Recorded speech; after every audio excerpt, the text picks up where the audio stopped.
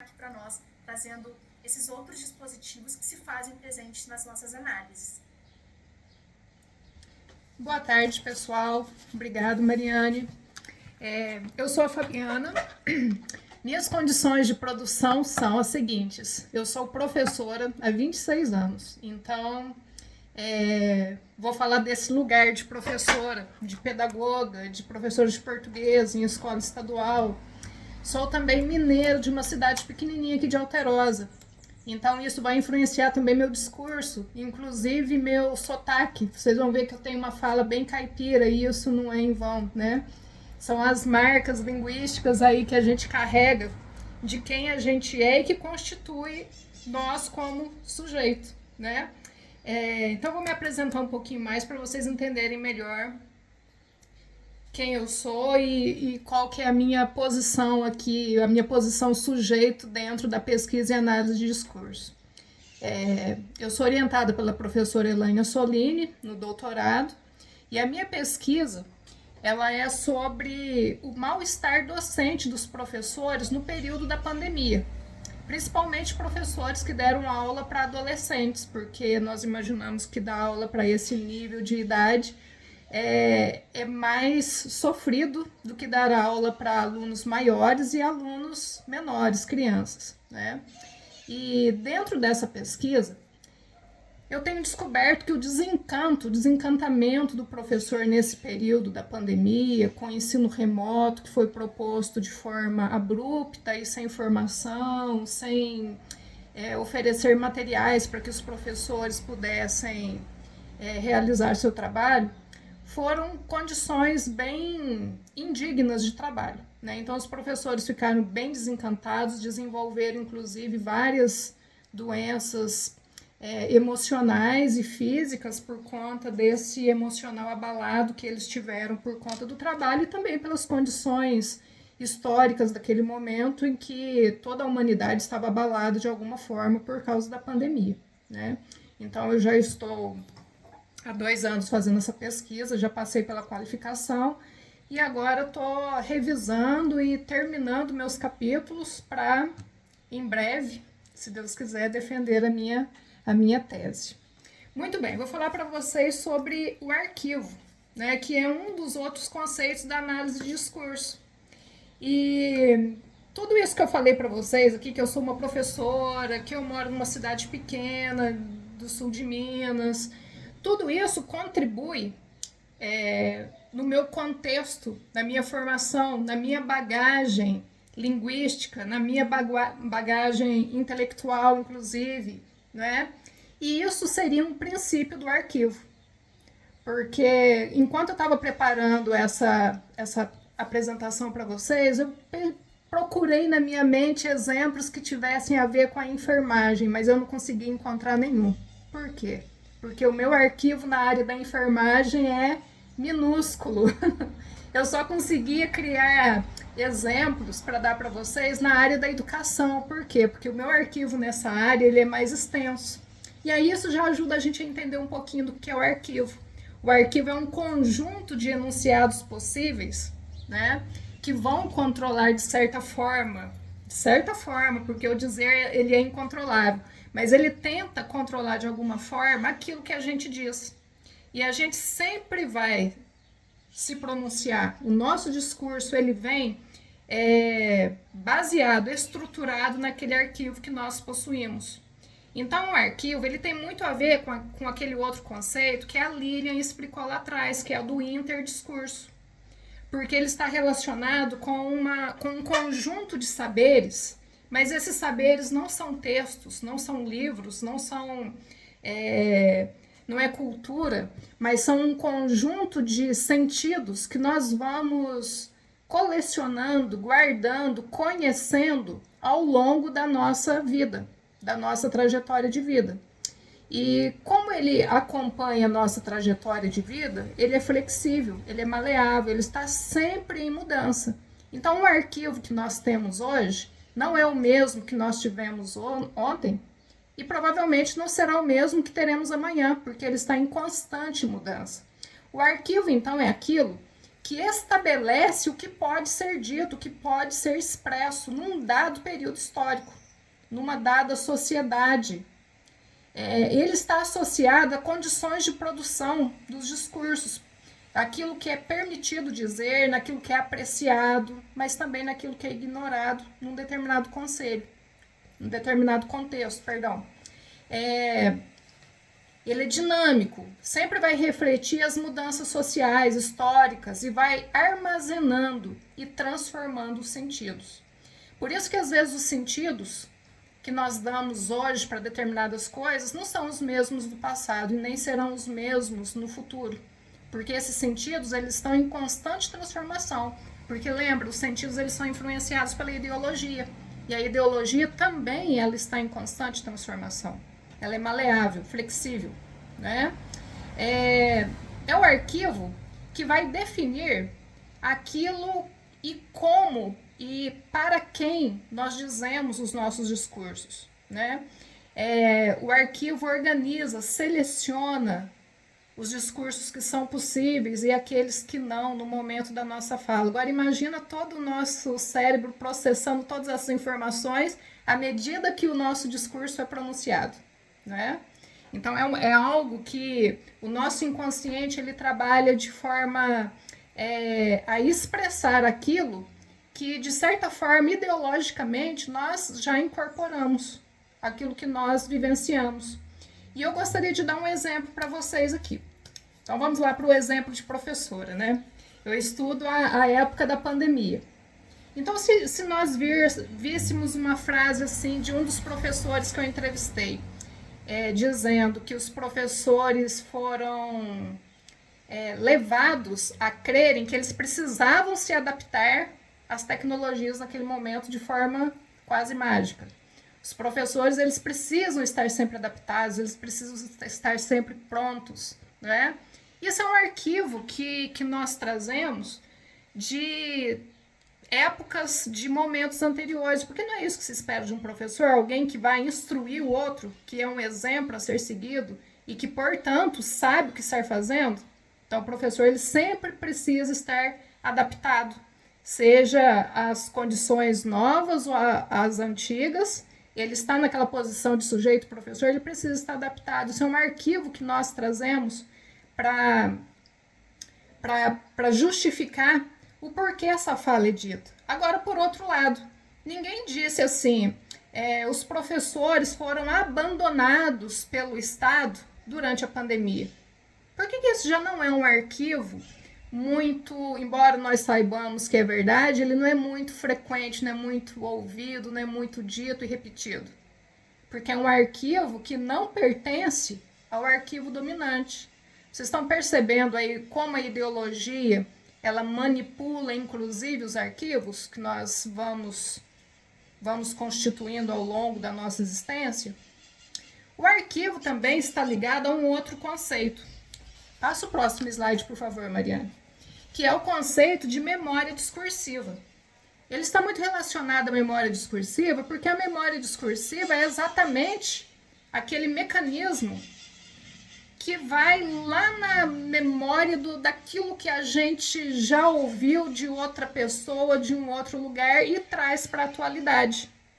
Os discursos, eles nunca são 100% originais, inventados na hora. Na verdade, os discursos, eles são uma coletânea de memórias discursivas, retalhos de outros discursos que nós ouvimos em outros momentos da nossa vida e que foram constituindo, de certa forma, a nossa ideologia e que no momento que nós pronunciamos, fazemos os nossos discursos, elas aparecem ali. Então, o que a memória discursiva está ligada? Ela está mais ligada ao intradiscurso.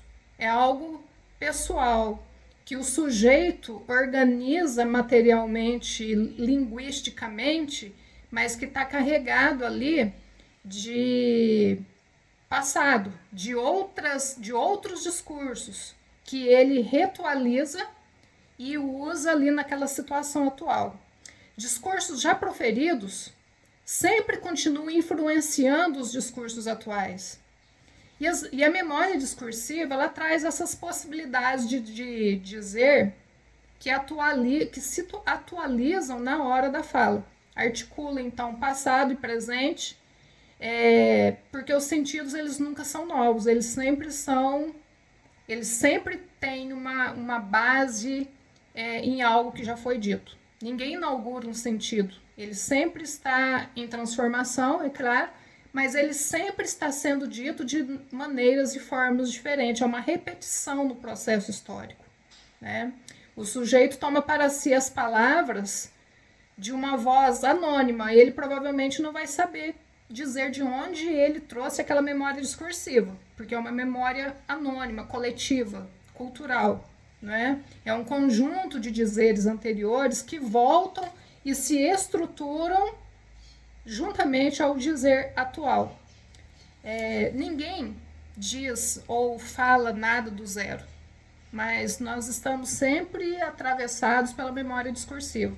É como aquela frase, né? Nada se cria, tudo se transforma. É assim que acontece o sentido. Ele está em constante transformação, ele não é criado. Ele é uma criação coletiva ao longo da história da humanidade, enquanto nós passamos a sermos seres linguísticos, né? E vou dar um exemplo para vocês aqui. Quando no discurso pedagógico os pais dizem, quer dizer, os professores dizem que os pais jogam toda a responsabilidade na escola, isso é uma memória discursiva, que vem inclusive lá do século XIX, quando se acreditava que diante das situações de vida daquele momento, a escola precisava substituir as famílias. Tanto que foi nesse momento que surgiram as escolas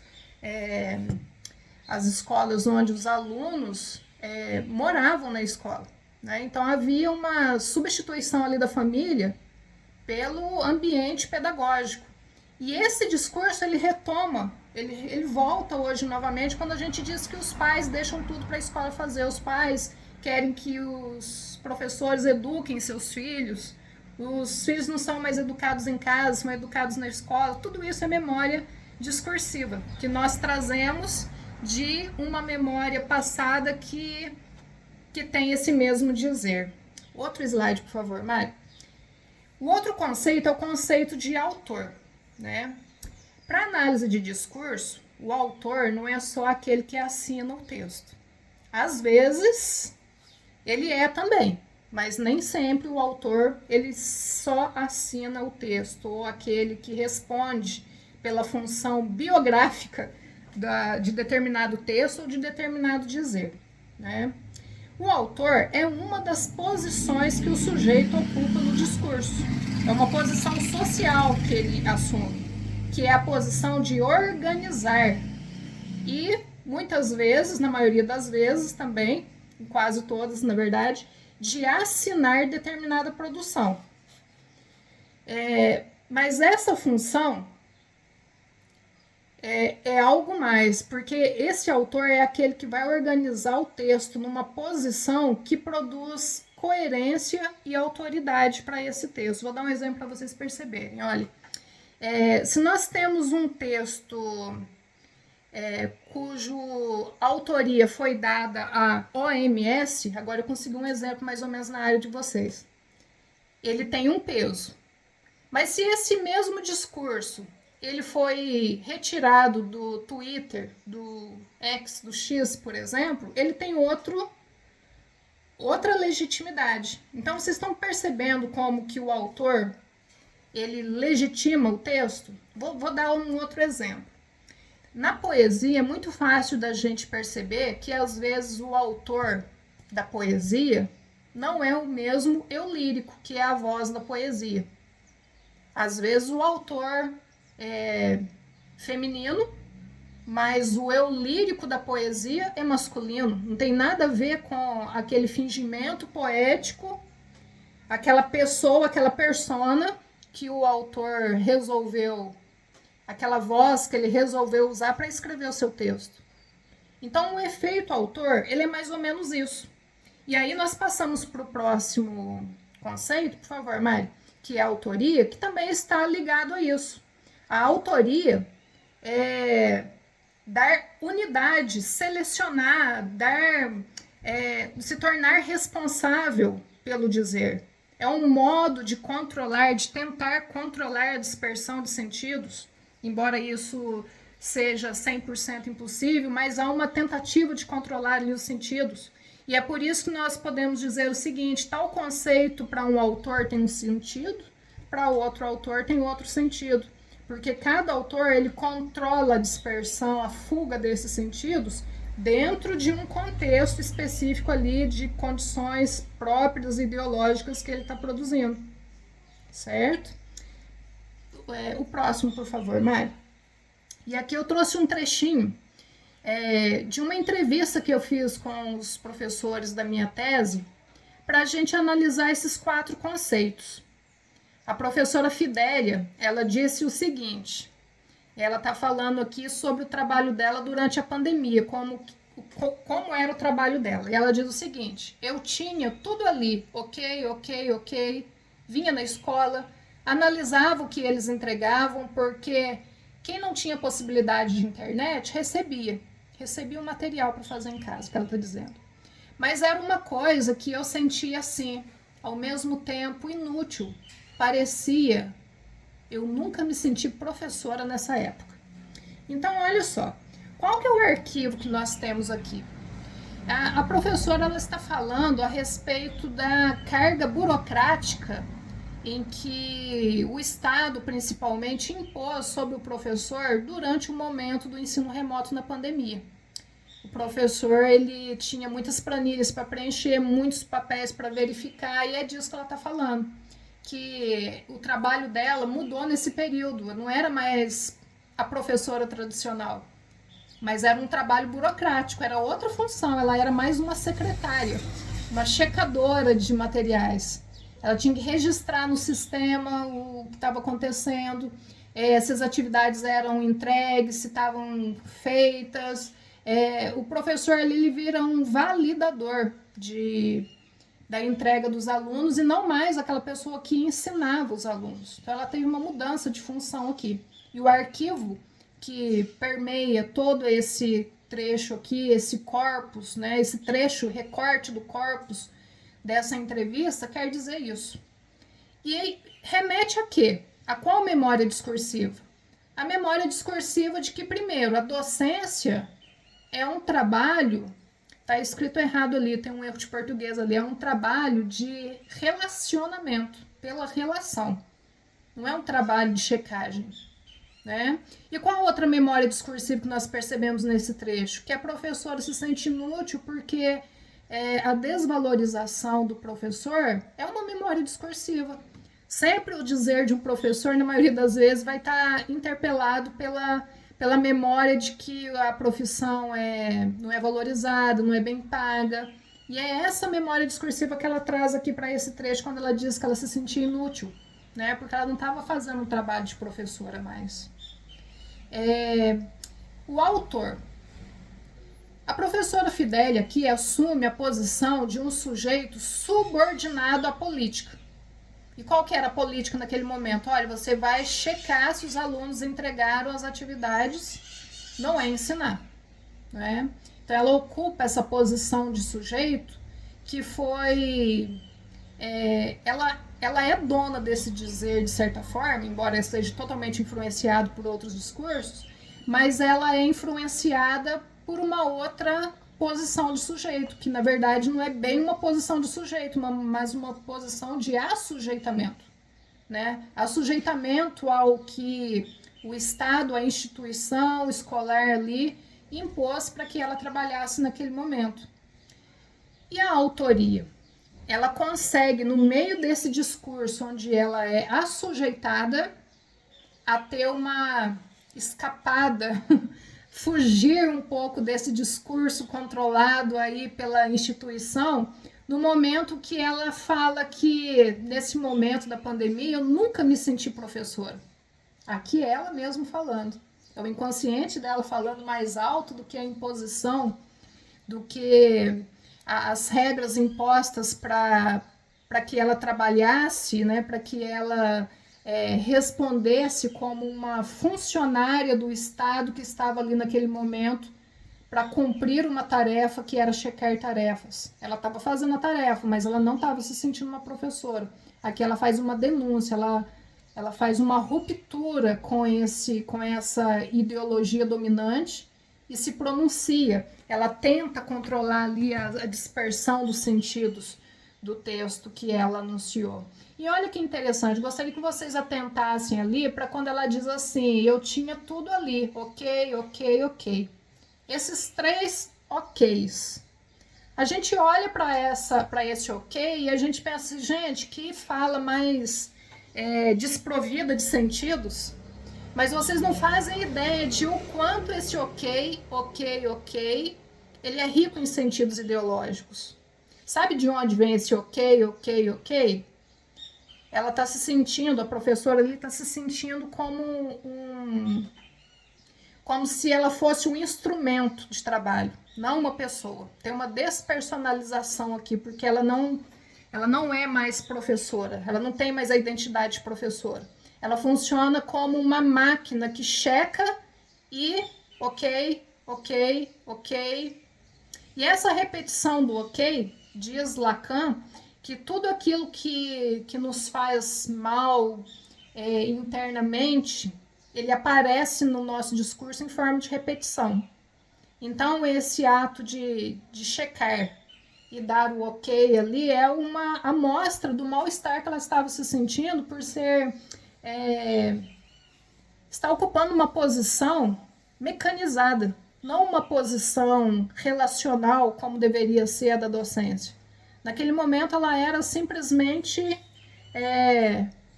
fazia o trabalho de que, por exemplo, talvez uma máquina também conseguisse fazer, simplesmente checasse aquelas coisas que tinham sido entregues e dar o aval ali de que estava dentro do esperado. Não havia uma análise, igual ela mesmo diz lá, analisava o que eles entregavam, não era uma análise, aqui a gente tem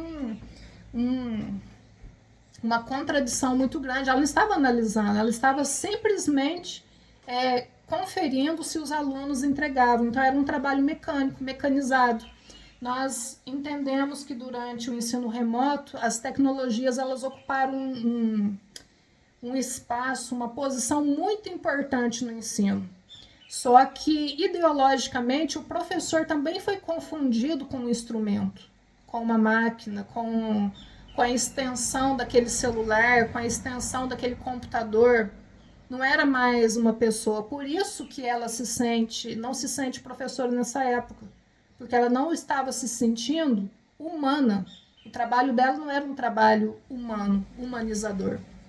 E isso causou esse mal-estar na professora, que em outros trechos do discurso dela nós vemos que explodiu em vários sintomas físicos, alergias, problemas de visão, ansiedade, pânico.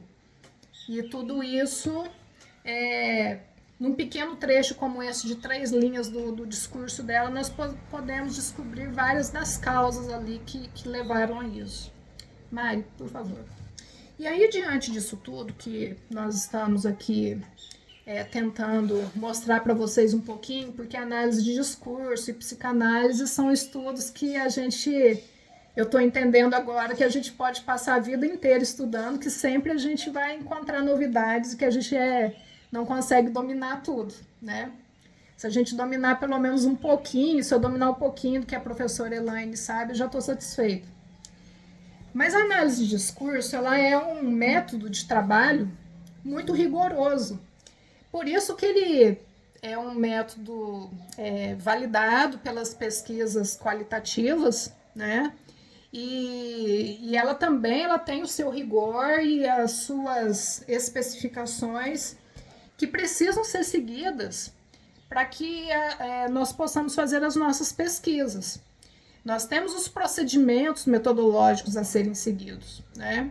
Então, quando nós escolhemos trabalhar com a análise de discurso, a primeira coisa que nós precisamos ter em mente é que a análise de discurso, ela é um referencial metodológico, mas ela também é um referencial teórico das nossas pesquisas, né? E como a análise de discurso, ela analisa o discurso, a ideologia, o inconsciente, ela conversa muito de perto com a psicanálise.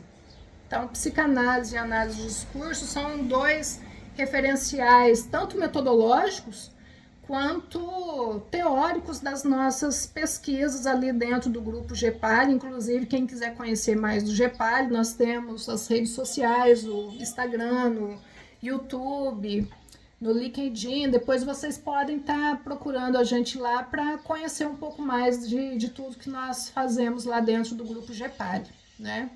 Então, armados com esse arsenal metodológico e teórico, né? Como que nós procedemos à pesquisa?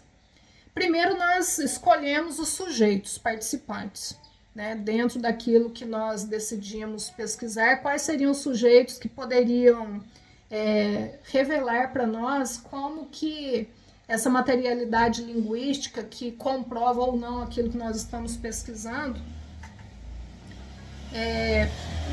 para que nós possamos analisar e aprofundar os nossos estudos, né? Então, escolhemos os sujeitos, procuramos o conselho de ética com toda a documentação necessária, como toda outra pesquisa, né? Se forem sujeitos maiores de idade, ali o técnico, que é aquele termo de livre esclarecimento, mas também tem os termos de assentimento das instituições às quais essas pessoas trabalham, caso a pesquisa seja ligada a alguma instituição, né? Tem os termos de assentimento, caso os pesquisados sejam menores de idade, segue o mesmo protocolo de qualquer pesquisa de qualquer área, né? Depois que ele é submetido ao conselho de ética, esperamos a aprovação e aí assim começamos as entrevistas. Na maioria das vezes, nós fazemos entrevistas, por isso eu já tive um ato falho aqui, né? Mas a análise de discurso, ela pode também estar pesquisando discursos, livros didáticos, o discurso dos livros didáticos, o discurso dos documentos oficiais, os discursos do jornalismo, né? São várias as formas de estarmos aí fazendo análise do discurso, mas a grande parte de nós fazemos por meio de entrevistas com as pessoas daquele grupo que nós queremos trazer mais luz e conhecimento sobre a ação deles, né? E aí nós fazemos as entrevistas semi-estruturadas, já vamos com as nossas perguntas mais ou menos certinho para serem feitas ali, né? Embora a psicanálise às vezes discorde um pouco disso, porque a psicanálise quer que o sujeito fale sem nenhuma associação livre, né? Sem nenhuma influência ali do entrevistador, mas nós tentamos conciliar esses dois aspectos aí. Então, nós fazemos as perguntas, gravamos o áudio, vamos anotando durante a entrevista as situações ali linguísticas que chamam a nossa atenção, inclusive os silêncios, né?